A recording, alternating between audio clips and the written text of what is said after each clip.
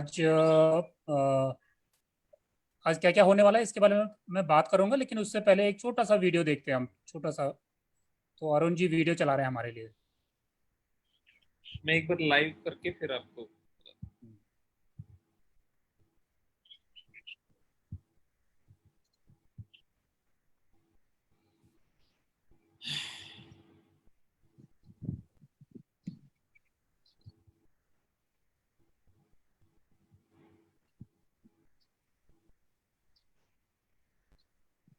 Bangalore is in the middle of a hot, dry summer and in the second consecutive year of drought. There are now concerns about drinking water in the months ahead. But if people could follow the example of A.R. Shivakumar, they would find that the city's annual rainfall, even in a drought year, is enough to meet all their needs. A.R. Shivakumar believes in taking his work home. He works in the field of renewable energy and rainwater harvesting, and his 22-year-old home is proof of his passion. The family only uses stored rainwater for its needs. This is our rainwater. It's a blazing hot day in summer. The monsoon seems very far away when you look at the bright blue sky. But we're standing in a house that does not have a water connection, a Kaveri water connection, but there's no shortage of water here. Now, Mr. A.R. Shivkumar, you built your house in a very special fashion. You don't have an outside water connection? No, I don't have an water connection from the city supply.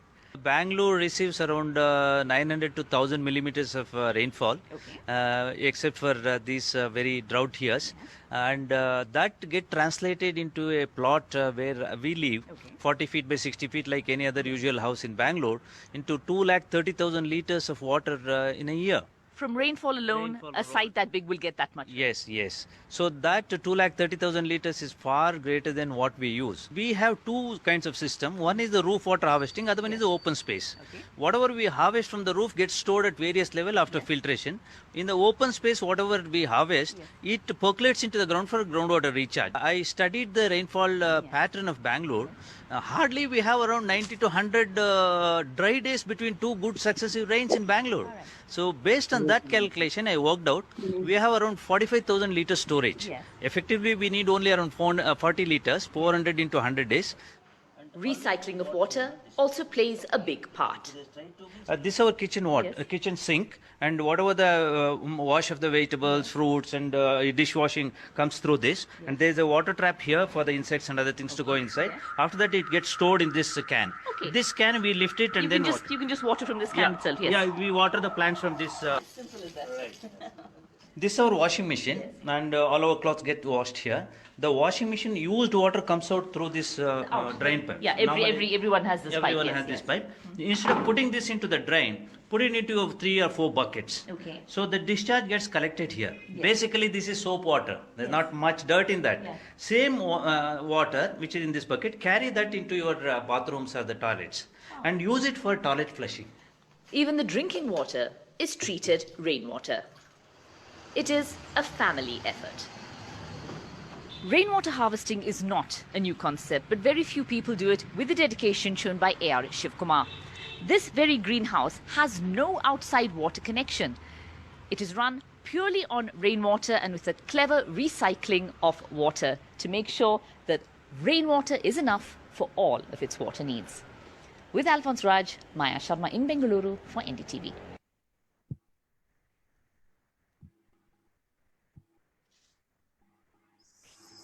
तो ये NDTV का एक छोटा सा video है जो हमको बहुत ही इफेक्टिव तरीके से बहुत ही कम समय में बताने की कोशिश कर रहा है कि अगर हम चाहें तो पानी की समस्याएं कभी नहीं हो सकती है।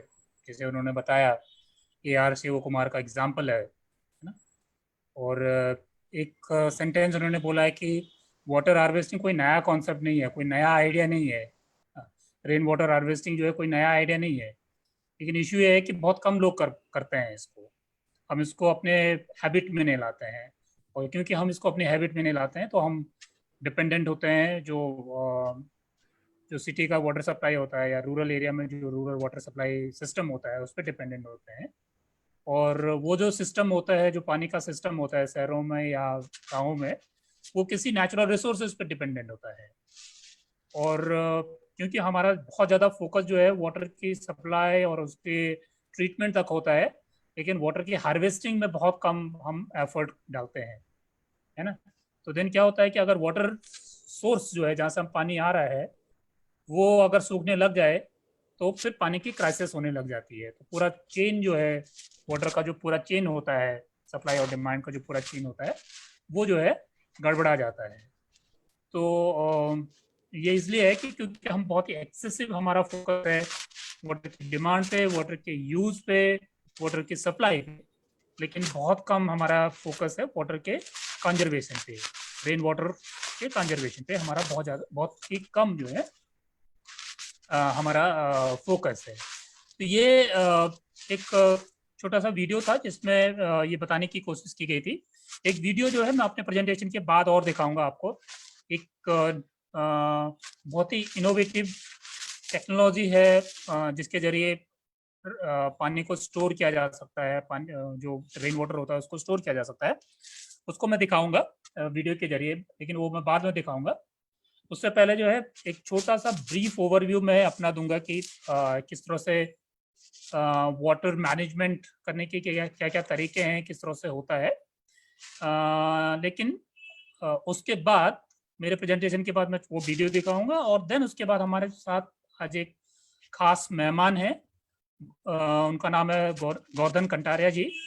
वो अहमदाबाद और ख़ास तौर से पूरे गुजरात में जो है वो पानी के लेकर के काम करने वाली एक संस्था है जिसका नाम है डेवलपमेंट सपोर्ट सेंटर। वो डेवलपमेंट सपोर्ट सेंटर से आते हैं, उनका ट्रेनिंग वगैरह का काम वहाँ पे उनको देखते हैं। तो वो अभी हमको एक बहुत ही इंटरेस्टिंग कॉन्सेप्ट आज समझाएंगे जिसका नाम है वाटर बजटिंग। हमने बहुत सुना होगा, हर साल देश का बजट आता है, स्टेट का बजट आता है, हम घर में भी अपना बजट बनाते हैं, हमारे मम्मी और पापा। लेकिन वाटर बजट क्या होता है, और गोवर्धन जी जो है आज हमको वाटर बजट के बारे में बताएंगे और वो किस तरह से उसका यूज करके उनकी संस्था जो है लोगों की जिंदगी को कैसे बदल रहे हैं वो हमको बताएंगे। लेकिन उससे पहले मेरा एज यूजुअल बोरिंग सा प्रेजेंटेशन में फिर से शुरू करता हूँ। तो मैं पहले शेयर करता हूँ स्क्रीन। अरुण, अगर मुझे अलाउ करेंगे आप? अलाउड है सर, अभी अलाउड किया। हेलो, वो एनोटेट वो कर दीजिएगा, हाँ।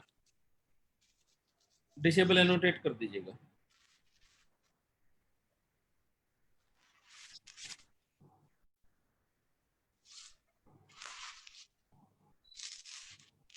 ओके, तो आज का हमारा टॉपिक है sustainable methods of water planning and management.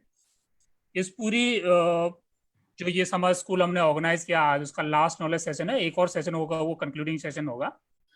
इसमें हमारा फोकस यही था कि हम अपने आसपास के वाटर क्राइसिस को समझें और उसको किस तरह से मैनेज करना है, उसके लिए क्या क्या तरीके आपको अपनाने हैं, उस पर थोड़ा समझ बनाने के लिए ये पूरा इस समर स्कूल का हमारा मकसद था। तो आज इसी पे हम बातचीत करेंगे ज़्यादा फोकस तरीके से। हम सब लोग जो हैं किसी ना किसी वाटरशेड में रहते हैं ना। वाटरशेड किसको कहते हैं? ये एक ज्योग्राफिकल एरिया को हम वाटरशेड कह सकते हैं। किसी भी एरिया को हम वाटरशेड कब कहेंगे? जब उसमें जो है उस पर्टिकुलर एरिया में जितने भी पानी के स्ट्रीम्स हैं, नदियां हैं, या पानी के और भी जो स्रोत हैं, जब वो वहां से निकल करके उनका ड्रेन जो है एक पर्टिकुलर तरीके से एक खास जगह से होकर के निकलता है। अगर आप इस इलस्ट्रेशन को देखेंगे, है ना, इसमें ऊपर जो है थोड़ा पहाड़ियां दिख रही है जिसमें थोड़ा पेड़ पौधे दिख रहे हैं, फिर थोड़ा और नीचे नीचे आते हैं वैली सी दिख रही है, फिर प्लेन एरिया दिख रहा है। इसमें जो है बहुत अलग अलग प्रकार के पानी की स्रोत आपको दिख रहे होंगे जो बहते हुए निकल रहे हैं। और लास्ट में आप देखोगे कि ये सारा पानी जो है एक रिवर में जाता है और रिवर से ये ड्रेन आउट हो जाता है ना। तो ऐसे लोकेशन को, ऐसे ज्योग्राफिकल लोकेशन को हम एक वाटर सेट कहते हैं। यानी कि उस पूरे एरिया में जो पानी गिरता है वो जो है अल्टीमेटली एक पर्टिकुलर जगह से ड्रेन होता है ना। उसका ड्रेनेज का जो है, उसका ड्रेनेज का जो वे है वो एक पर्टिकुलर है, वो सिर्फ वहीं से जाता है, बाकी और कहीं से वो पानी ऐसा ड्रेन नहीं होता है। तो हम सभी लोग जो है किसी न किसी वाटरशेड में रहते हैं, और अगर हम अपने वाटरशेड को समझ लेंगे तो हमको वाटर की प्लानिंग करने में, उसका मैनेज करने में हमको ज़्यादा आसानी होती है ना। तो हमको पता है कि अगर इस वाटरशेड में इतनी नदियाँ आती हैं, इतने स्ट्रीम्स आते हैं, इतने तालाब हैं, इतने झरने हैं, झील है, अगर ये हम सबको पता होगा तो हम थोड़ा और अच्छे से उसको समझ सकते हैं कि उस पानी में अगर कुछ प्रॉब्लम आ रही है तो उसको कैसे सॉल्व कर सकते हैं, है ना।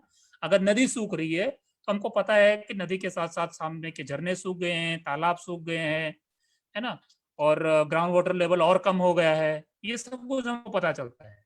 अगर हमको वापस से नदी को फिर से वापस लाना है तो हमको ये सब कुछ दोबारा से जिंदा करना पड़ेगा। हमको स्ट्रीम जिंदा करनी पड़ेंगी, हमको तालाब जिंदा करने पड़ेंगे, हमको ग्राउंड वाटर का जो लेवल नीचे चला गया उसको फिर वापस भरना पड़ेगा। तो ये सारे काम करने पड़ेंगे। तो इसके लिए बहुत सारे तरीके हैं, बहुत साइंटिफिक तरीके हैं, और कई सालों से भारत और बहुत सारे अलग अलग देशों में जो है इसको अपनाया जाता है कि अगर पानी किसी भी पर्टिकुलर एरिया के पानी की समस्याओं को हम किस तरह से मैनेज कर सकते हैं। तो इस पूरे तरीके को बोलते हैं हम वाटरशेड ट्रीटमेंट, है ना, कि किसी एरिया का हम अगर वाटरशेड का अगर ट्रीटमेंट करें तो वहां पानी का जो क्राइसिस है उसको हम मिनिमाइज कर सकते हैं, है ना। तो इसमें आप देखेंगे कि टॉप एरिया है ना, जो हिली एरिया है उसको हम रिज कहते हैं, ऊपर का जो एरिया है उसको रिज कहते हैं। अंजन जैसे जैसे हम नीचे आते हैं तो वैली बनती जाती है, वो ये जो प्लेन एरिया आता है उसको हम वैली बोलते हैं। तो जब हम वाटरशेड ट्रीटमेंट की बात करते हैं तो ये क्या होता है कि ऊपर से लेकर के नीचे यानी कि पूरे एरिया का हमको ट्रीटमेंट करना पड़ता है। और उसके अलग अलग तरीके हैं कि आपके रिज वाले एरिया में यानी कि पहाड़ी वाले इलाके में आप किस तरह से पानी को रोकोगे, और नीचे वाले तराई या जो समतल इलाके हैं, जो वैली के इलाके हैं, वहां पे पानी को स्टोर कैसे करोगे, इसके अलग अलग तरीके हैं। इसमें से कुछ तरीकों को मैं इसमें दिखाने की कोशिश करूंगा। ये एरिया का ट्रीटमेंट कैसे होता है इसमें दिखाया है।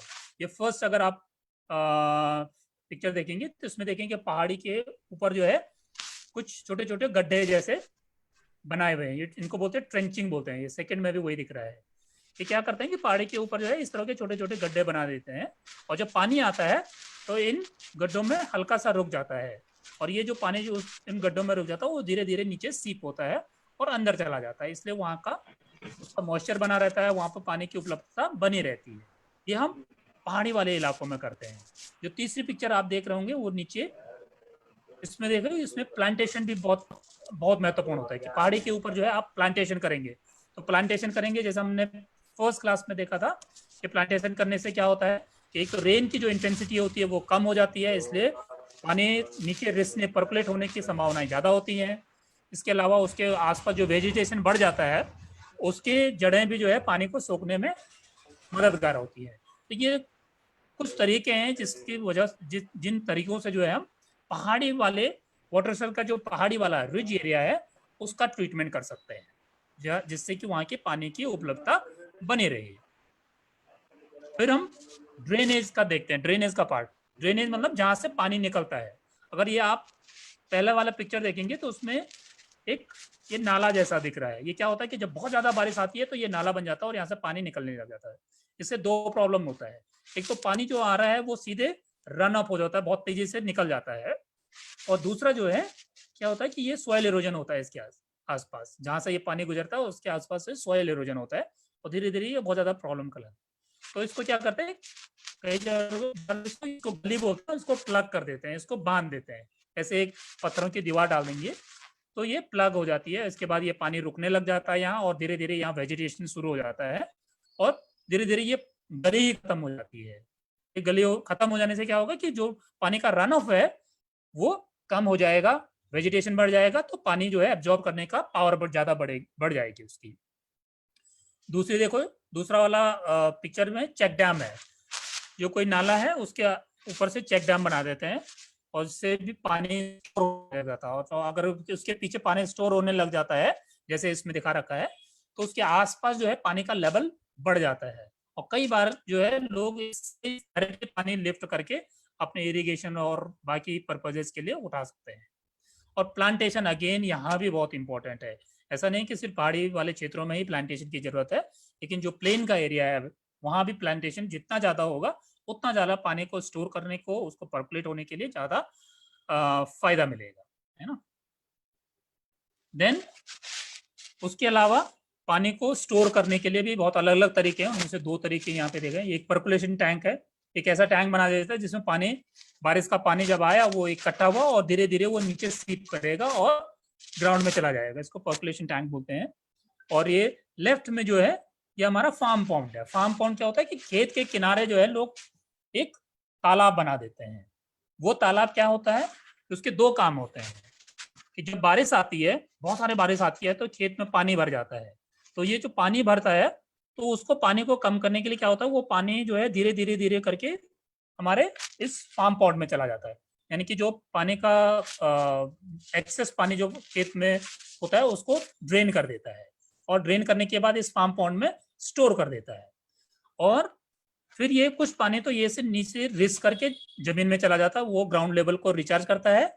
और कुछ पानी जो बच जाता है उससे हम दोबारा इसको सिंचाई में यूज कर सकते हैं। और मैक्सिमम केसेस में क्या होता है कि फार्मर के लिए जो है ये जो फार्म पॉन्ड बनने से जो है उसकी प्रोडक्टिविटी डबल हो जाती है मैक्सिमम केसेस में।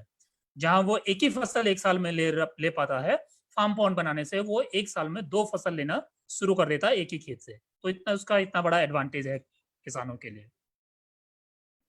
इसके अलावा तो वाटर हार्वेस्टिंग के स्ट्रक्चर बनाए, लेकिन सिर्फ स्ट्रक्चर बनाने से काम नहीं पड़ेगा, हमको पानी को कैसे यूज करना है उसके बारे में भी सोचना पड़ेगा। इसलिए हमको लैंड का डेवलपमेंट करना पड़ेगा, जो खेतों के आसपास उसकी बंडिंग करनी पड़ेगी, है ना, उसके कंटूर बनाने पड़ेंगे, प्लांटेशन करना पड़ेगा खेतों के चारों ओर। तो इससे वो जो है पानी रुका रहेगा और सॉइल इरोजन कम होगा। उसके अलावा हमको ऐसी क्रॉप की भी टेक्निक ढूंढनी पड़ेगी जो जिसमें कम पानी लगे, या एक ऐसी टेक्नोलॉजी ढूंढनी पड़ेगी जिसमें पानी कम यूज होगा। जैसे ड्रिप इरिगेशन एक टेक्नोलॉजी है जिससे जो है कम पानी यूज होता है। कई बार जो है हम किसान जो है नहर का पानी डाल देता है या ट्यूबवेल का पानी डाल देता है, उसमें उसको अंदाजा नहीं होता कि उस खेत को कितना पानी चाहिए और वो कितना पानी दे रहा है, उसमें बहुत वेस्टेज होता है।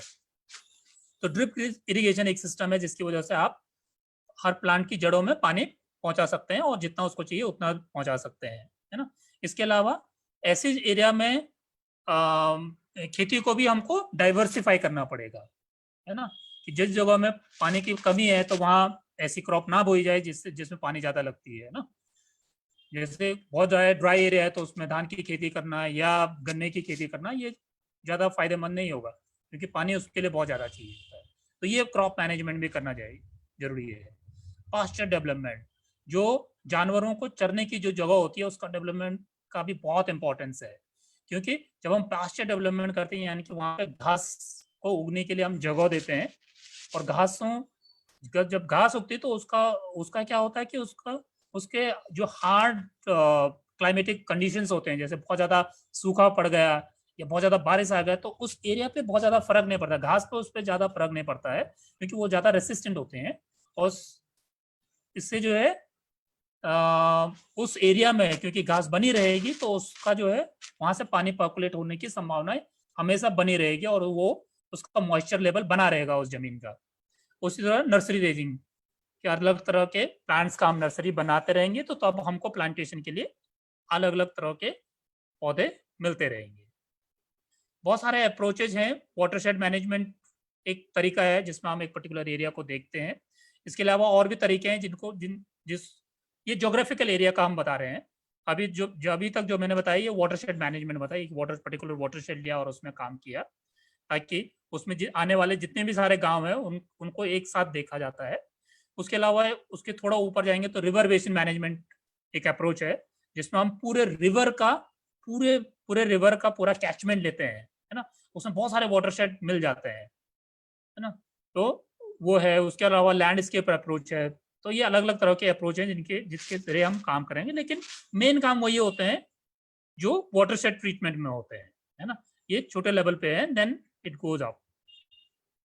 अब मैं कुछ इनोवेटिव तरीके बता रहा हूँ जो वाटर हार्वेस्टिंग को लेकर के है। आप सबको पता है रूफटॉप रेन वाटर हार्वेस्टिंग, जिसका अभी हमने वीडियो देखा था शुरुआत में।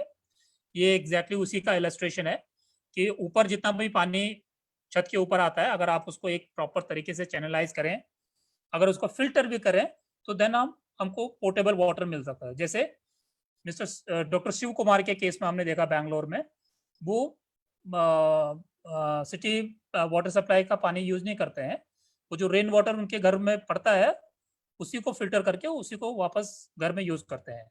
तो ये इसी का एक इलस्ट्रेशन है।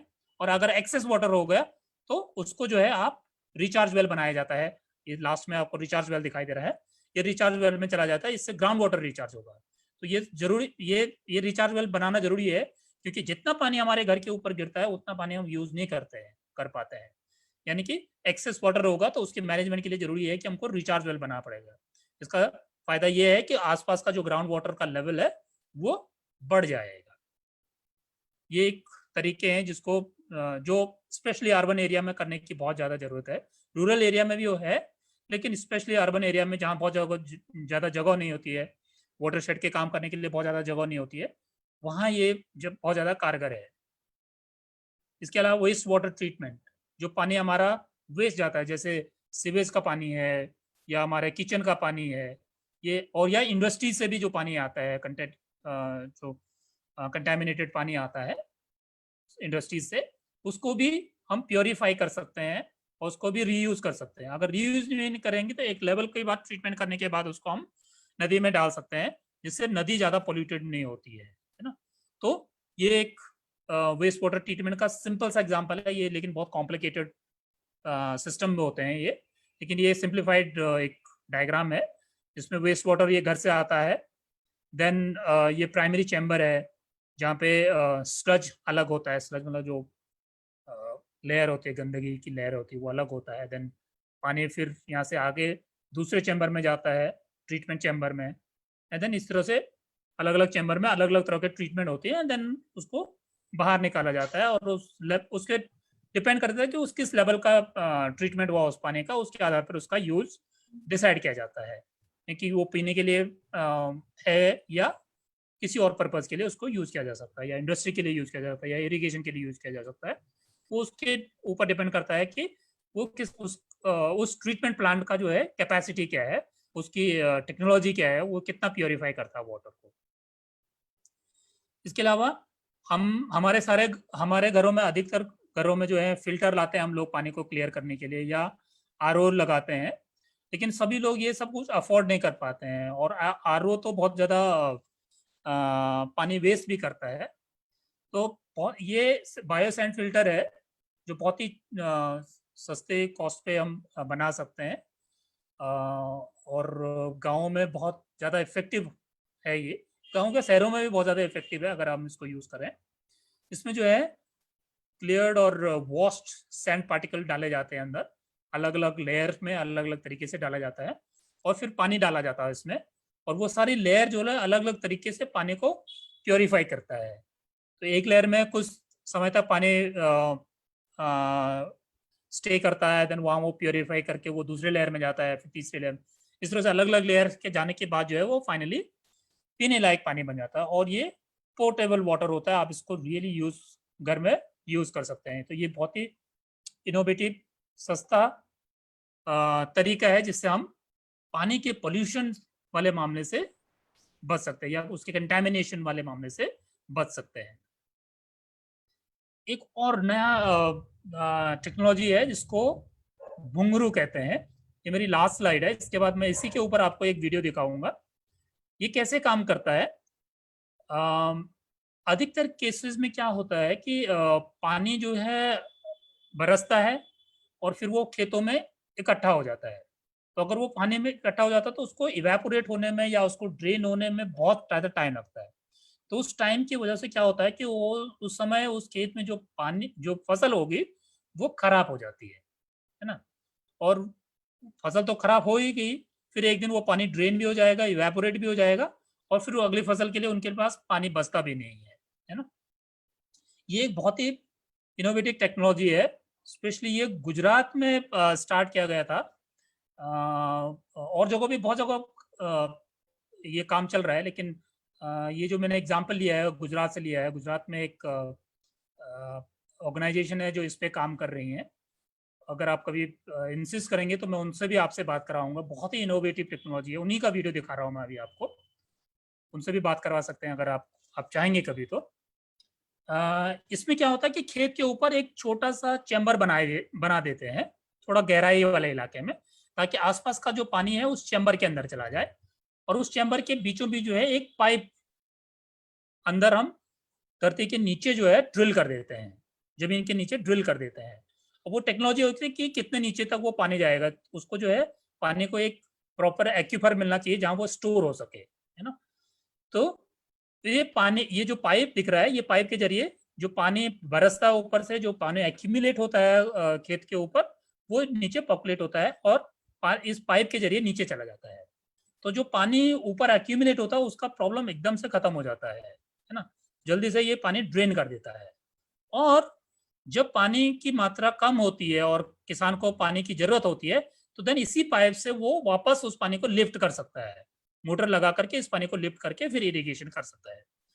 तो ये इसी को हम एक वीडियो के जरिए दिखाने की कोशिश करेंगे। मैं अपने इस पीपीटी को बंद कर रहा हूँ। अरुण जो है हमारे लिए एक वीडियो चलाएंगे इसी के ऊपर, इसको देखेंगे हम। घुंघरू का अर्थ होता है, कई बार आपने गांव में देखा होगा कि आग जलाने के लिए, चूल्हे में आग जलाने के लिए एक पाइप का यूज करते हैं हम, तो उसको गुजराती में घुंघरू बोलते हैं। तो ये उसी से डेवलप किया गया है इसको। तो अरुण जी अगर रेडी हो। Yes.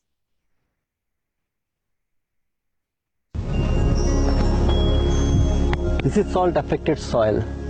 Nothing can be grown here. Water doesn't percolate.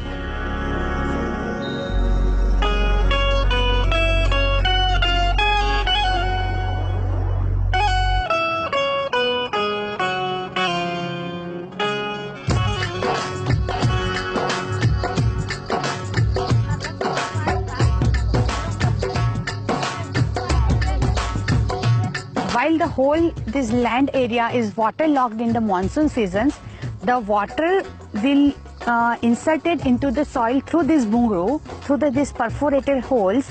So water will go inside the soil and it will store into the soil aquifer. As the water is stored into the soil aquifer, we can easily lift it out this water for the irrigation purpose in the lean season.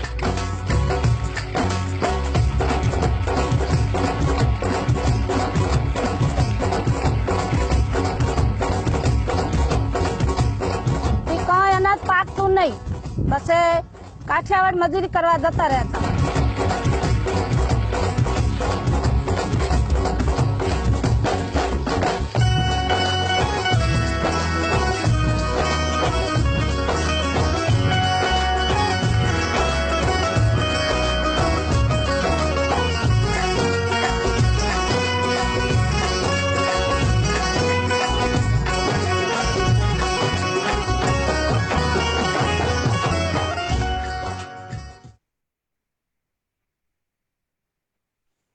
ये बहुत short video है घुंघरू के ऊपर, अगर आप थोड़ा Google करेंगे तो आपको मिलेगा और इसके बारे में जानकारी मिलेगी। मैं इसका लिंक आपको भेज दूंगा अगर आपको चाहिए तो। इनकी एक ऑर्गेनाइजेशन है, नैरीता करके है एक ऑर्गेनाइजेशन, विप्लव पॉल और एक और उनके कलीग है, उन्होंने शुरू किया था। वो लोग इस पे काम कर रहे हैं, अलग अलग जगहों काम कर रहे हैं, इंडिया में नहीं, इंडिया के अलग अलग पार्ट में ही नहीं बल्कि और विदेशों में भी काम कर रहे हैं ये लोग।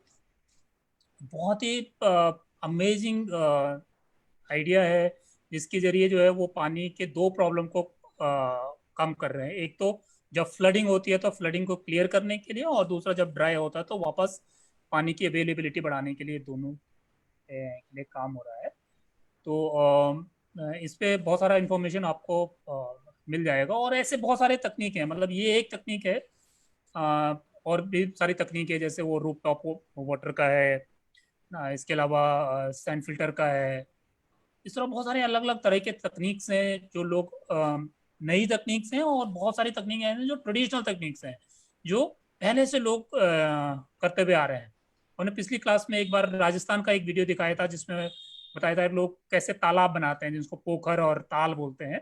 वो ट्रेडिशनल तरीका है लोगों का वाटर हार्वेस्ट करने का, या वाटर की क्राइसिस को मैनेज करने का, वो पुराना तरीका है।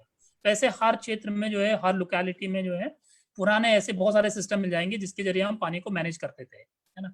और ऐसे नई तकनीक भी आ रही है।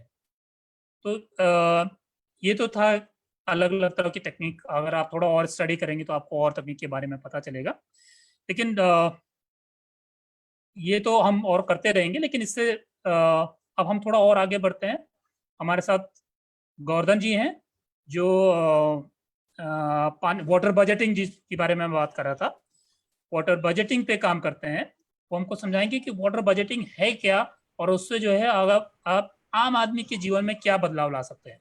ये वाला आपने वीडियो देखा था, इसमें आपने देखा था कि एक फैमिली का इनकम जो है ट्रिपल हो गया है। कहाँ वो पहले मजदूरी करने जाते थे, अब वो वापस उसी अपने खेत में काम करने लग गए और उनकी आमदनी ट्रिपल हो गई है। ऐसे ही वाटर मैनेजमेंट करने से जो है लोगों की जिंदगी में किस तरह का असर आ रहे हैं, गोवर्धन जी आप बताएंगे हमको। गोवर्धन जी नमस्कार। आइए। नमस्कार सबको। अभी जो आपने भुंगरू बताया वो भी एक वाटर बजट का ही पार्ट है, और विप्लव पोल जो लोक विकास संस्थान है सिद्धपुर पाटन डिस्ट्रिक्ट, तो वहाँ पे ये सब काम कर रहे हैं और बहुत अच्छा इसका इम्पैक्ट भी हो रहा है। माइग्रेशन भी काफ़ी मीन्स कम हुआ है वो सब। फिर से सबको नमस्कार, और राजीव गांधी मिशन को मैं अभिनंदन धन्यवाद देता हूँ। ऐसे अभी नई पीढ़ी के लिए, जो आने वाली पीढ़ी है जिसपे ये बड़ा चैलेंज है वाटर, उस पर आप अभी से अवेयरनेस और एक इंफॉर्मेशन और नॉलेज शेयर कर रहे हो, तो मैं आपका धन्यवाद करता हूँ। और मैं आशा रखता हूँ जितने हमारे साथ जुड़े हो सभी अभी कोविड में सब रिलैक्स हो गए, मीन्स किसी को सब घर में सही हो गए और सबका स्वास्थ्य सही हो, ऐसी शुभकामनाएं करते हैं।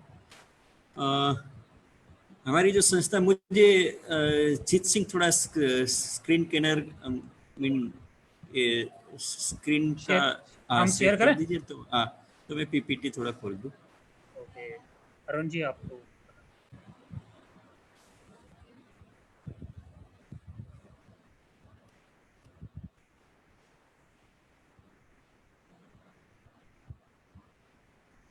ओके, हो गया आई थिंक, दिखाई दे रहा?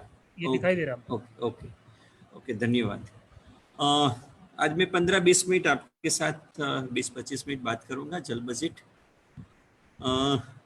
ये शायद कुछ लोगों ने पहली बार सुना होगा कि बजट में जल बजट। हम सभी बजट तो घर में करते हैं, हमारा फाइनेंशियल बजट तो हमारे मदर फादर या जो भी इनकम के साथ जुड़ा हो कहीं ना कहीं करते, प्लानिंग पूरे साल का करते। कुछ ऐसा इवेंट आता है तब हम थोड़ा बहुत प्लान करते हैं।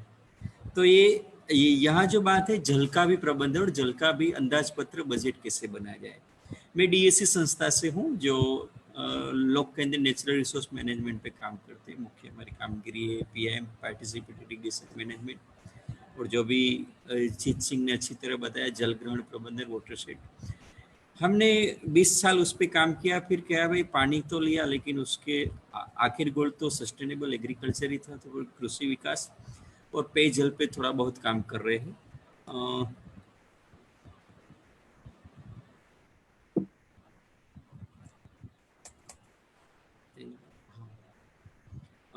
जल की स्थिति तो आप पूरे कहीं ना कहीं आपने काफ़ी पढ़ा होगा, काफ़ी देखा भी होगा कि पूरी दुनिया में जो भी जल है उसमें 3% ही हमारे यूज़ के लिए है। उसमें भी 3% में भी 2% में 66% बर्फ में है और भूजल में और सब नदियाँ में है। तो हमारा जो है 12%, 3 में से 12% ही नदियों और हमारे हाथ में है। बाकी तो कहीं भूजल है जो कहीं हम उसको खींच रहे हैं, और कहीं खींचने से भी काफ़ी सॉइल स्ट्रक्चर और कहीं ना कहीं एनआरएम में अनबैलेंस हो जाता है नेचुरल रिसोर्स मैनेजमेंट।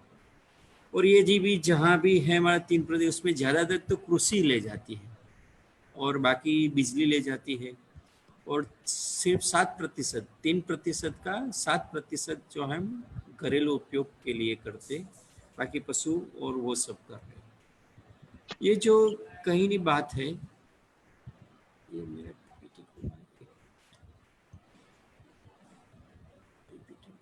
सॉरी एक मिनट, पीपीटी आप शेयर कर रहे थे या ये अरुण जी ने शेयर किया? मैं शेयर कर रहा हूँ सर। हाँ तो मैं यहाँ से कर दूं, मुझे राइट देते तो मेरा भी कोई बात नहीं, आप आप कर जो भी लीजिए, कर। मैं स्टॉप शेयर कर देता हूँ, आप कर लीजिए सर। हाँ हाँ वही हाँ, बात, वही वो सही रहेगा। आपको राइट है सर। हाँ ओके।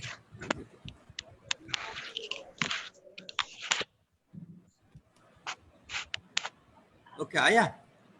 नहीं अभी नहीं। एक काम कीजिए सर, पीपीटी को खोलिए, मिनिमाइज कर लीजिए। खोल दिया मिनिमाइज मिनिमाइज कर। कर उसको एक बार अब, और आप फिर स्क्रीन शेयर पे जाइएगा। हाँ वही बात है।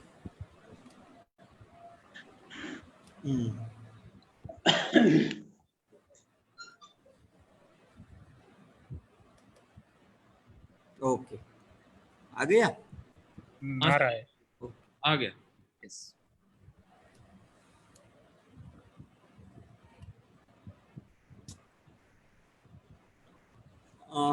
क्यों करना है जल बजट? मैंने कहा हम सारा बजट करते हैं, अभी जल बजट क्यों? क्योंकि आने वाली जो हमारे सामने चैलेंज है पूरे विश्व के सामने, नहीं भारत, और भारत के सामने ज़्यादा है क्योंकि यहाँ हमारा रेनफेड एरिया भी काफ़ी हो, और जहाँ इरिगेशन है वहाँ वाटर लॉगिंग का भी काफ़ी प्रॉब्लम है। जैसे अभिजीत सिंह ने बताया, जब बाढ़ आती है तब वहाँ पानी बह जाता है, और जो घुंघरू वाला जो एरिया बताया वहाँ हर 3 साल में 2 साल अकाल रहता है। तो बजट नहीं होगा तो वो कहीं ना कहीं हमको आने वाले समय में दिक्कत आएगी। तो जल का बजट का कोई भी क्षेत्र में भी जो भी है, उपलब्धता और निकास और उपयोग, ये तीनों का एक आकलन है जो हम घर पे करते हुए, कहाँ से पैसा आता है, कहाँ जाता है और क्या करना है। तो ये सारी जानकारी है बजट की है, लेकिन यहाँ सिर्फ जल के बारे में बजट करना है। और हमारा जो जल का इनकम सोर्स है, एक तो बारिश है, झील है, तालाब है, कुआं है, जो भी है हमारे जो पुराने और अभी अभी नए भी कुछ टेक्नोलॉजी स्ट्रक्चर बन रहे हैं, लेकिन इसमें बहुत छोटे छोटे क्वांटिटी में, मीन्स कम क्वांटिटी में, कम मात्रा में पानी रहता है। लेकिन ये झील, तालाब, नदी सब बढ़िया, मीन्स उसमें ज़्यादा पानी रहता है।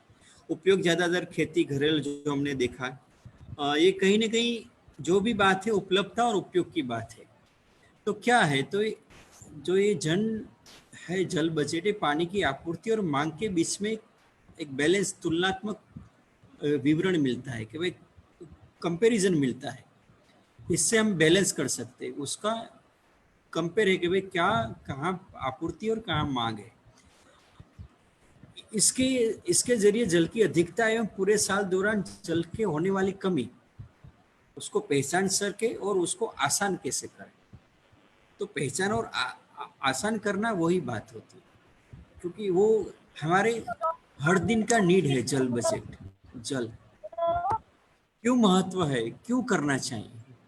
तो एक तो लोगों में रिचार्ज एवं बचत की सोच बनी रहे, तो बनते उपलब्धता के अनुरूप हम वो उपयोग करने की सीख मिलते हुए, कितना है तो कितना खर्चा करें।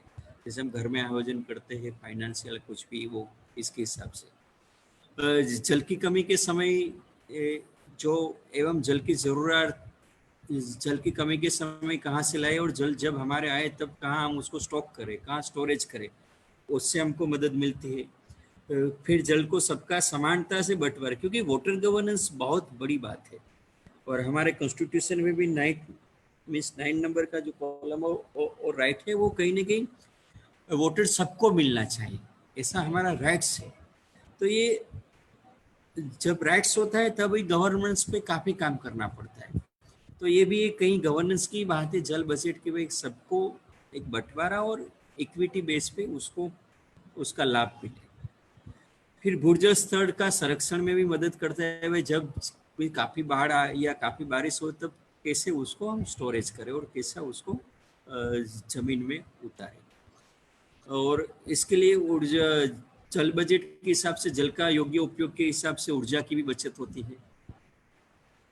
ये जल बजट के लिए बैलेंस काफ़ी ज़रूरी है, क्योंकि जल कहाँ से आता है और कहाँ से जाता है, वही ये बात है कि भाई कहाँ से मिलता है। तो बारिश, नहर, तालाब, भूजल और काफ़ी जो भी छोटे मोटे सोर्स, और कहाँ जाता है तो जैसे मेजर कहा कि कृषि 77%, पशुएं, उद्योग, घरेलू और पेयजल, पीने के पानी, और कुछ जैसे कि हमारा स्विमिंग पूल है, शहरीकरण में, अर्बनाइजेशन में कुछ वाटर पार्क है, उसमें भी कहीं ना कहीं कुछ मिस गार्डन, फुआरा है, मिस फाउंटेन है, वहाँ भी पानी का कहीं ना कहीं यूज होता है, लेकिन कहाँ कितना उपयोग होता है और कहाँ बढ़ जाता है, मीन्स बढ़ जाता है, वो बैलेंस संतुलन है, वो ही जल बचत।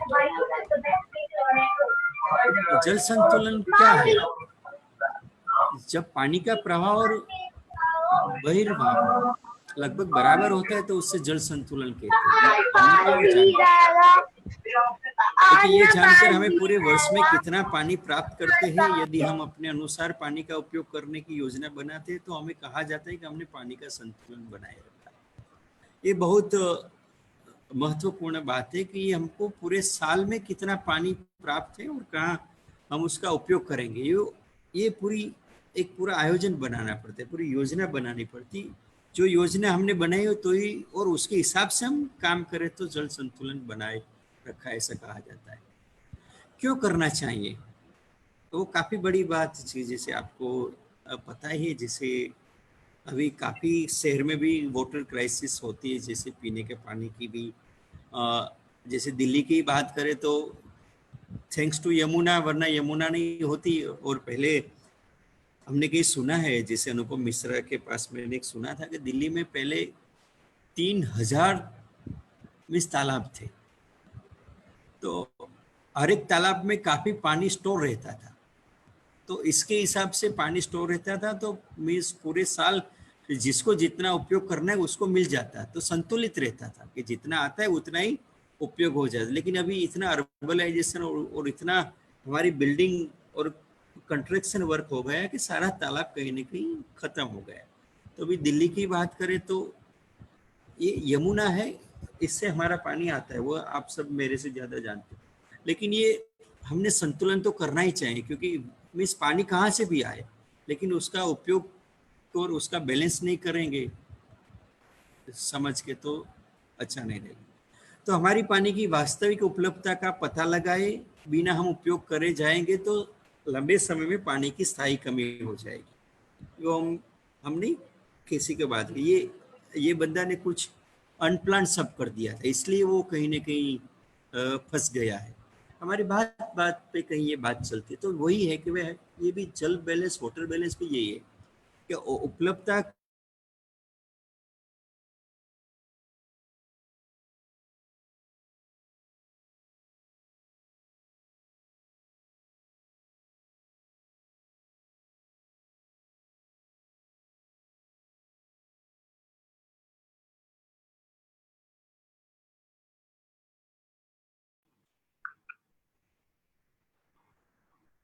साढ़े 10 साल मिलने वाले पानी की मात्रा को जानना, उसकी गणना करना, फिर मांग और आपूर्ति में संतुलन बनाने के लिए योजना बनानी, जब कम पानी हो तो कम पानी वाला फसल चुनना, जल का व्यर्थ उपयोग ना होना, जल का पुनः उपयोग, जैसे अभिजीत जी ने अच्छी बात बनाई। हम ये कोका कोला के साथ काम करते हैं पिछले 5 साल से, उसका CSR हम गुजरात में देखते हैं। तो जो कोका कोला कंपनी है, Hindustan Coca Cola beverages private limited, India में 16 प्लांट है उसका। तो उसका जो पानी है, वो जो पानी उसका फिल्ट्रेशन प्लांट है वाटर क्वालिटी का, वो बेहतरीन है पूरे भारत में।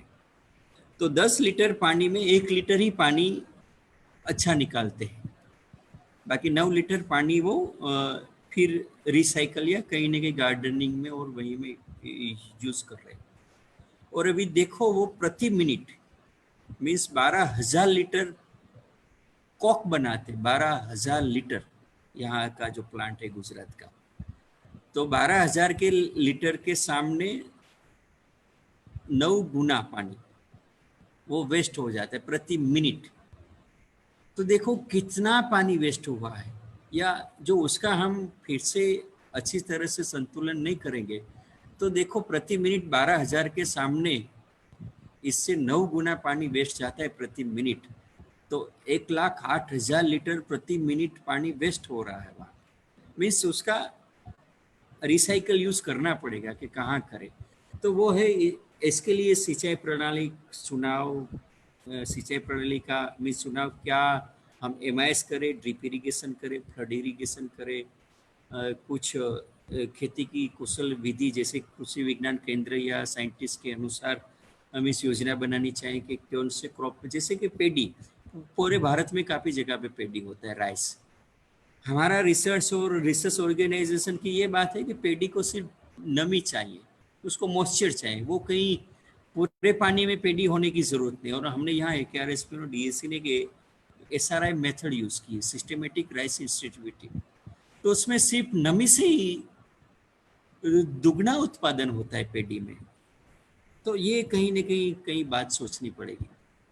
कैसे संतुलित करना चाहिए, तो आमतौर पर बारिश के बाद पानी की स्थिति का स्पष्ट हो जाने के बाद करना चाहिए। एक वर्ष के लिए जल संतुलन को संतुलनजनक नहीं माना जा सकता, वो कंटिन्यू प्रोसेस है, वो हर साल करना चाहिए।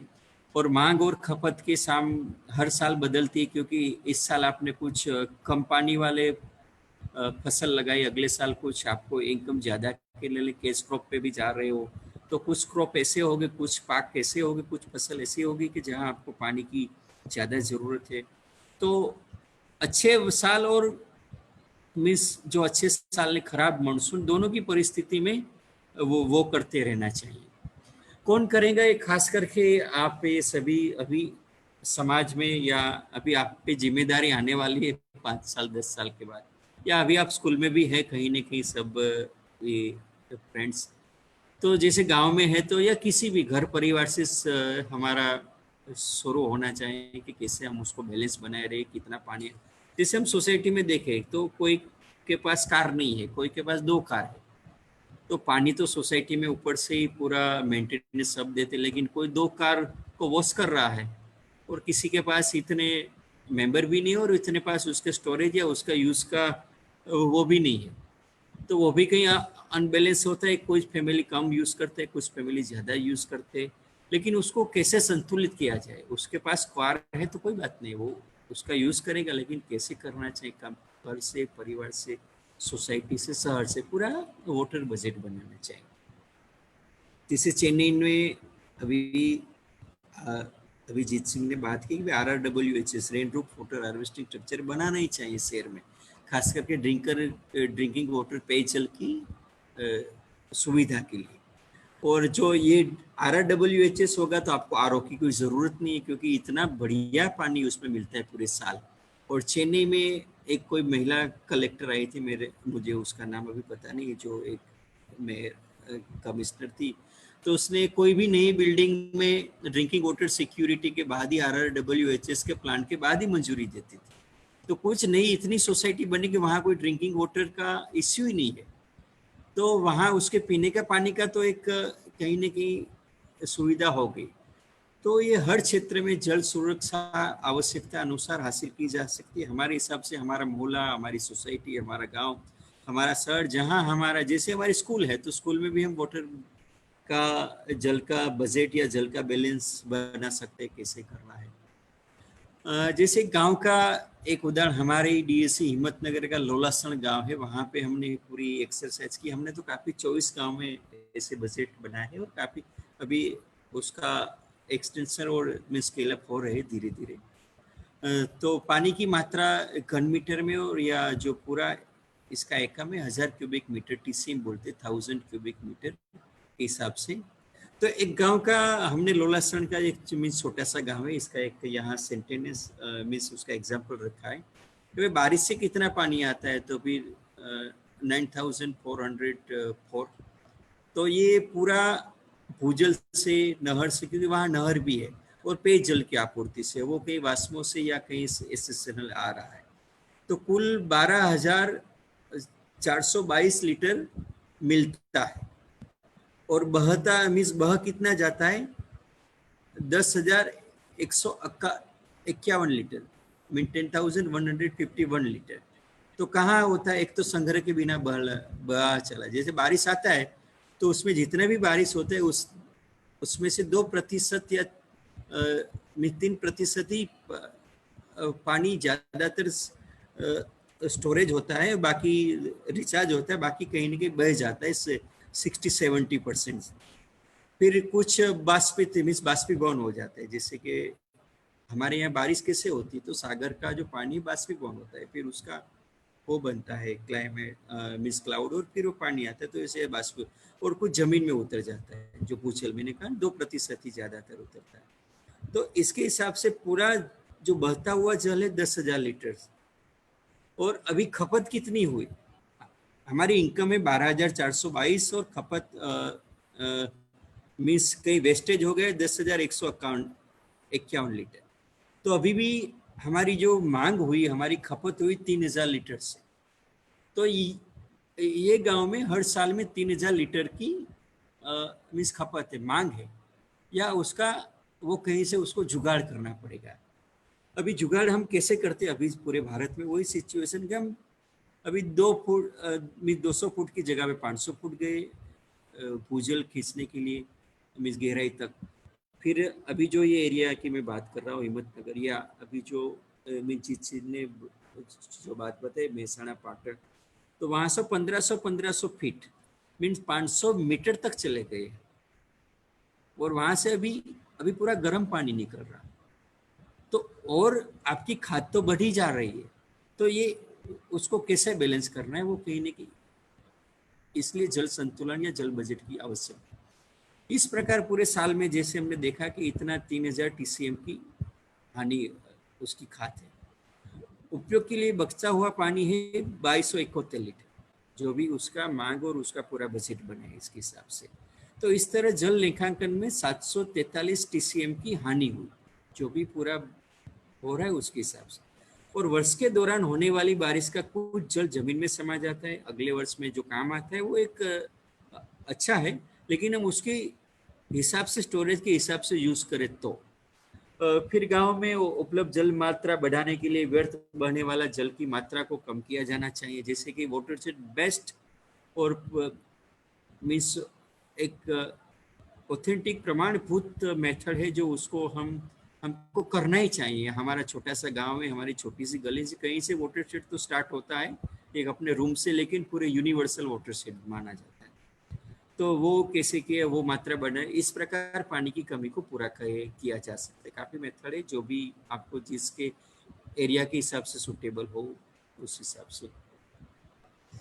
ये हम जो सुबह से शाम कहीं ना कहीं हम पूरी दुनिया जिस पे टिकी हुई खाद्य पदार्थ या फूड पे, तो देखो ये हमारी उपयोगी चीज की अभी छोटी मोटी बात बताइए कि कितना पानी होता है। 1 किलो मेज मक्का के लिए 900 लीटर, ये हमारा ये नंबर नहीं है, पूरा एग्रीकल्चर यूनिवर्सिटी का रिसर्च साइंटिस्ट का ये डेटा है, और हमने कहीं ना कहीं उसको मिस मापा है, जो भी रिसर्च आता था उसका डेटा, उसके हमने प्रयास किया था। तो कहीं इतना पानी यूज होता है, जैसे 1 किलो गेहूँ तो 1300 लीटर, 1 किलो चावल 3500 लीटर मीन्स 3,400, और हमारे भारत में तो ज़्यादातर पेडी होती है और इतनी उसके लिए ज़रूरत नहीं है। मैंने कहा था पनीर, जो हम हर संडे को या कोई भी हमारे यहाँ मेहमान आते हैं तो पनीर को हम प्रीफर करते हैं, तो उसके 1 किलो पनीर पे 5,000 लीटर, तो आधा किलो तो हम पनीर बनाते ही, तो 2,500 लीटर हम तभी ख़त्म कर देते। 1 किलो कपास कॉटन जो हम अभी यूज़ करते हैं हमारे क्लॉथ, उसमें 7,000 लीटर जाता है। और सबसे बड़ी बात है जो स्टूडेंट की या हमारी विद्यार्थी काल में हम जो खाते हैं चॉकलेट, उसमें 1 किलो चॉकलेट में 24,000 लीटर, ये कैडबरी का डेटा है। तो ये देखो हम कितना पानी, बाकी काफ़ी हर एक चीज़ का निकल रहा है लीटर, लेकिन अभी ये रोज बरोज की हमारी जो उपयोग है उसका ही हम देखें तो इतना है। तो इस प्रकार प्रोसेस्ड खाद्य पदार्थ में अधिक जल, जैसे कि चॉकलेट है प्रोसेस्ड फूड है, जैसे पनीर है वो इतना हाई प्रोसेस नहीं है, वो एक हमारे घरेलू रूप से भी बना सकते हैं, जैसे कि दूध का वो बनाते थे दही, और फिर वो उसका बनाते, लेकिन ये जो प्रोसेस फूड है सारा, उसमें काफ़ी पानी का उपयोग होता है। एक जनरल बताते हैं तो जैसे देखें कि एक भोजन की थाली में जो एक परिपूर्ण भोजन, एक हमारी रोजिंदी जो जरूरियात होती है उसके हिसाब से हम भोजन देखें तो एक थाली में 2,000 लीटर जल के बराबर है। तो शायद हम पूरे परिवार मिलके एक थाली जितना तो खा ही जाते होंगे, 4 परिवार 60 सदस्य है एक परिवार में, तो इतनी फुल तो हमारी हर दिन थाली नहीं होती, लेकिन कुछ भी जैसे कि सब्जी रोटी चावल और जो भी खाते हैं उसके हिसाब से हमारे 4 सदस्य होते हैं सरेराश एवरेज, तो भी हम 2000 लीटर तो फूड में ही उपयोग कर रहे हैं, और बाकी हमारा घरेलू उपयोग जो हमारे शौच क्रिया, नहाने के लिए, कपड़े धोने के लिए, तो ये कहीं ना कहीं हमारा एक है बात। खास करके स्टूडेंट या सभी को इसको व्यवहार में कैसे प्रभावी बदलाव लाना चाहिए। एक तो खाना व्यर्थ में ना जाए, क्योंकि जितना आप खाना व्यर्थ नहीं कर रहे हो, खाना तो व्यर्थ कर ही रहे हो, उसके साथ पानी भी काफी व्यर्थ कर रहे हो। इस पानी की खपत की चेतना का एक अलग खेल खेलती, जैसे हमने काफी वाटर मीन्स इफेक्टिव यूज के लिए काफी गेम और वाटर बजट के लिए काफी गेम में हमने बनाई, जैसे हम विलेज कम्युनिटी के साथ मीन्स ग्रामीण समुदाय के साथ खेलते 7-8 प्रकार की गेम है, कैसे भाई केड सिटी में कैसे करें। फिर ये RRWHS की काफ़ी बात हुई, क्योंकि हमारे लिए एक सबसे बड़ी बात है, और एक खर्चा एक ही बार होता है, 20-25 साल आराम से चलता है, और इतना शुद्ध पानी तो अभी कोई RO भी नहीं देखा, इतना उसमें भी शुद्ध पानी मिलता है। ये उसकी मेथड और उसकी टेक्नोलॉजी है, लेकिन एक बार ही करना होता है, बात ही आपको हर साल। और जो अभी हमारा B12 की कहीं ना कहीं मीन्स वो दिक्कत आती है हमारी बॉडी में, वो शायद जल का पानी होगा तो कभी वो दिक्कत नहीं होगी। स्कूल में जल पर संवाद होते रहना चाहिए। वर्ल्ड वाटर डे या ऐसे कोई भी डे जो है जो पूरे NRM को एक प्रभावित करता है, ऐसे दिन मनाना चाहिए, उससे भी एक व्यावहारिक बदलाव आ सकता है। पानी का उचित उपयोग करने की चर्चा को बढ़ावा दे, नहीं कि बहस नहीं, लेकिन उसका एक डिस्कस, और उसमें एक जैसे कैसे कैसे विकल्प या कैसे कैसे अलग अलग आपको स्टेज मिले कि भाई कहाँ हम उसको कम या उचित उपयोग कर सकते। समान जल बंटवारे के लिए रूल्स रेगुलेशन, कुछ मैनेजमेंट, कुछ स्ट्रेटेजी, और कुछ जो भी सोसाइटी तय करे उसके हिसाब से आपको करना चाहिए। सिंचाई तक की पहुंच में सुधार के लिए वर्षा के विविधीकरण के लिए सामुदायिक पहल वाली फसल या अनुकूल फसल, या हमारा नियर केवी के कृषि विज्ञान केंद्र या एग्रीकल्चर रिसर्च सेंटर क्या कहता है, उसको हमको बढ़ावा देना चाहिए। और जो फोरो मेथड है, जो फाउंटेन मेथड है, उसका ज़्यादा यूज़ करना चाहिए, क्योंकि वो वाटर का एक मीन्स कार्यक्षम उपयोग करने के लिए अच्छे है। और जल की बचत करने वाले को प्रोत्साहित करना है, उसको एक इसीलिए DSC हर साल एक पिछले 10-12 साल से एक DSC हर साल 3 अवार्ड अनिल शाह, हमारा फाउंडर चेयरमैन अनिल शाह के नाम से 3 अवार्ड देते हर साल। जो NRM वाटर पे किसने अच्छा काम किया उसको हम 50,000 का इनाम देते हैं, उसको इसका फंक्शन करते, और जैसे कि दूसरा नंबर, तीसरा नंबर, तो फर्स्ट नंबर को 50, दूसरे को 20 और तीसरे को 10। वो एक उसकी एक अलग एक समिति है, पूरे अच्छे लोग जो वाटर में काफ़ी काम किए, काफ़ी सालों से काम कर रहे, सुदर्शन आयंगरी जैसे लोग, तो उसकी पूरी कमेटी है, इंदिरा हिरवे, और उसका हर साल हम अभी गुजरात में ही किया। इस साल थोड़ा सोचते हैं कि हमारे नियर स्टेट में भी ये थोड़ा ऑफर किए जाए, क्योंकि अभी हमारा जो मेमोरेंडम है गुजरात के लिए, तो जो भी अच्छा काम करते उसको हम उसको नॉमिनेट या उसको वो करते, प्रोत्साहित करते। तो आपको भी वहाँ भी छोटी मोटी सोसाइटी में किसने पानी बचाया पूरे साल के AGM में, या उसका मेंटेनेंस 100 रुपया हर महीने कम कर, जो भी आपको लगे उसके हिसाब से हम कर सकते हैं। ये RRWHS का जो है वो भी एक जीत सिंह ने बताया, वो भी अच्छा था कि भाई जब पूरा बारिश आ जाए, फिर बारिश तो आती रहता है, तो वहाँ दूसरा वेस्टेज भी बताया। ये जो जैसे कि ये गुजरात में देखे तो जो भी डेजर्ट डिस्ट्रिक्ट है, खास करके रेनफेड एरिया, सुरेंद्रनगर डिस्ट्रिक्ट है, कच्छ है, और ये पाटन है, ये तीनों डिस्ट्रिक्ट की जो बात करें तो वहाँ आगाखान और काफ़ी अच्छी संस्थाओं ने ये शायद 70 से 80% घरों में RRWHS बना दिया। अपने घर के आंगन में ही एक 10,000 लीटर का स्टोरेज, जो उसके रूफ के ऐसा नहीं उसमें वो टेरेस ही होनी चाहिए, वो जो पुराना मकान होता है जो यहाँ मीन्स ढलान वाला होता है, वहाँ भी वो कर सकते। उसका भी पाइपिंग फिटिंग और इस तरह से हो जाता है। जैसे कि ये सारे डिस्ट्रिक्ट में ऐसे अच्छे मकान ही नहीं था, तो इसके हिसाब से एक तो आपको जो जहाँ ड्रिंकिंग वाटर स्कैर्सिटी काफ़ी है वहाँ ये काफ़ी यूज़ है, और उसके हेल्थ और सबके लिए। तो एक छोटी मोटी बात थी।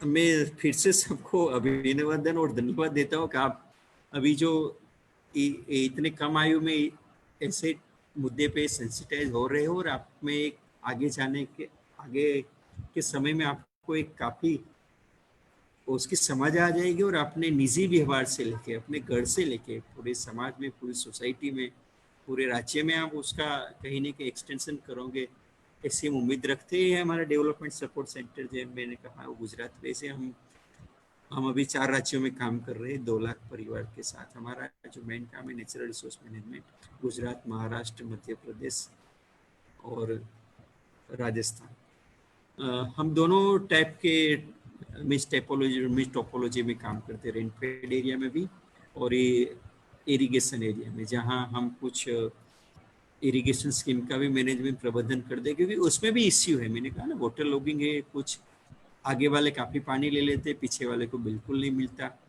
तो जो मीन्स पानी है लेकिन मैनेजमेंट नहीं है।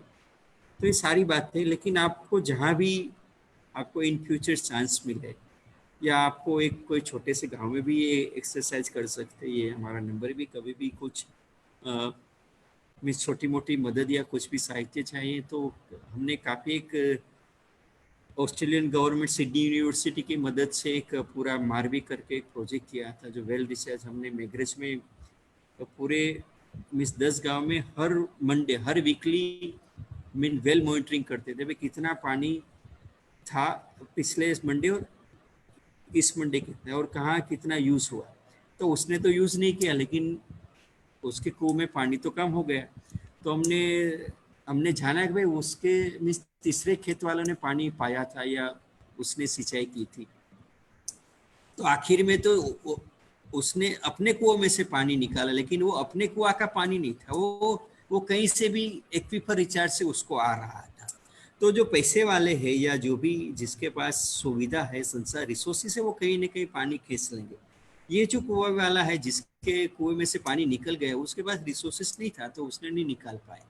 तो हमने पहली बार एक मीन्स ग्राउंड वाटर मैनेजमेंट एक कोऑपरेटिव बनाई है मेग्रेज में 10 गांव में, और एक अभी प्रयास कर रहे हैं कि भाई वो पूरे गांव के 10 गांव के लोग, या हर एक गांव के जो भी है, एक्वीफर स्टडी के हिसाब से हमने एक्वीफर भी स्टडी भी किया है उस गांव का। एसीटी एरिड कम्यूट टेक्नोलॉजी करके कच्छ में बड़ी अच्छी संस्था है, जो ये खास करके भूजल पर और एक्वीफर पे काफ़ी अच्छा काम कर रहे हैं, जैसे कि एक्वाडे में, और काफ़ी अच्छी संस्था।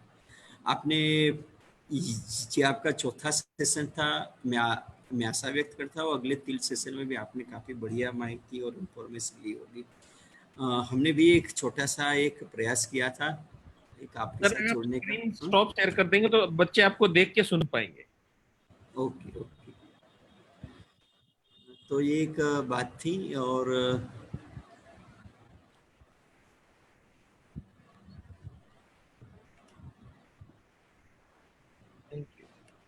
हाँ, तो एक खास करके मैं आप सबका फिर से धन्यवाद करता हूँ। किसी को कुछ पूछना है छोटा मोटा या इन फ्यूचर भी है तो हमने पूरा हमारा नंबर, और हम अभी जीत सिंह के साथ जुड़े रहेंगे। हमारा एक्स चेयरमैन भी अभी राजीव गांधी फाउंडेशन में ही काम करे, विजय महाजन जो डीएससी के अभी 10 साल चेयरमैन रहे, उसने भी काफ़ी हमको सिखाया है, और उसको हम थोड़े बहुत आगे ले जाने का प्रयास कर रहे हैं। ओके जीत सिंह, धन्यवाद। किसी को कुछ पूछना है, आपको भी कुछ? थैंक यू गोवर्धन साहब, इतना अच्छे तरीके से आपने वाटर बजटिंग का कॉन्सेप्ट समझाया। बहुत ही अच्छा काम है। मैं तो अभी जनवरी में दे आया था वाटर बजटिंग का काम के मेघरा, जहाँ इनकी ये गोवर्धन साहब बात कर रहे हैं। बहुत अच्छा काम है। इनके काम के ऊपर एक छोटा सा वीडियो बनाया है, मैं वो भी शेयर करूंगा व्हाट्सएप के ऊपर, आप वो जरूर देख लीजिए। बहुत सुंदर काम है, बहुत अच्छा सीखने को मिलता है। तो ये था हमारा चौथा सेशन। आज ऑलरेडी टाइम भी हो गया, मैं बहुत ज़्यादा टाइम आपका। बहुत सारे लोग जो है हमको फेसबुक के जरिए भी देख रहे हैं, क्योंकि उनका नेटवर्क कनेक्शन का प्रॉब्लम है कई जगह गाँव में। पर मैं ज़्यादा टाइम नहीं लूँगा, बस ये कहूँगा कि अगले मंडे को हमारा कंक्लूडिंग सेशन है और उसमें चाहेंगे कि हम लोग कम बोलें और आप लोग ज़्यादा बोलेंगे। तो जो लोग आप ये रिसर्च कर रहे हो, साथ साथ में जो वर्कशीट भर रहे हो, हम चाहेंगे कि उन आप में से कुछ लोग जो है वो अपनी वर्कशीट को प्रेजेंट करेंगे सारे लोगों के सामने। उस दिन हम और ऑडियंस भी मंगाएंगे आप लोगों के लिए। अभी तो हम बहुत सिलेक्टेड लोग आते हैं, जो लोग कोर्स कर रहे हैं सिर्फ वही लोग आते हैं, लेकिन उस दिन हम और लोगों को भी बुलाएंगे। और हम चाहेंगे कि जो जो आपने रिसर्च किया अपने आसपास इस दौरान, पिछले करीब करीब 1 महीने में जो कुछ सीखने को मिला आपको अपने रिसर्च के जरिए, वो आप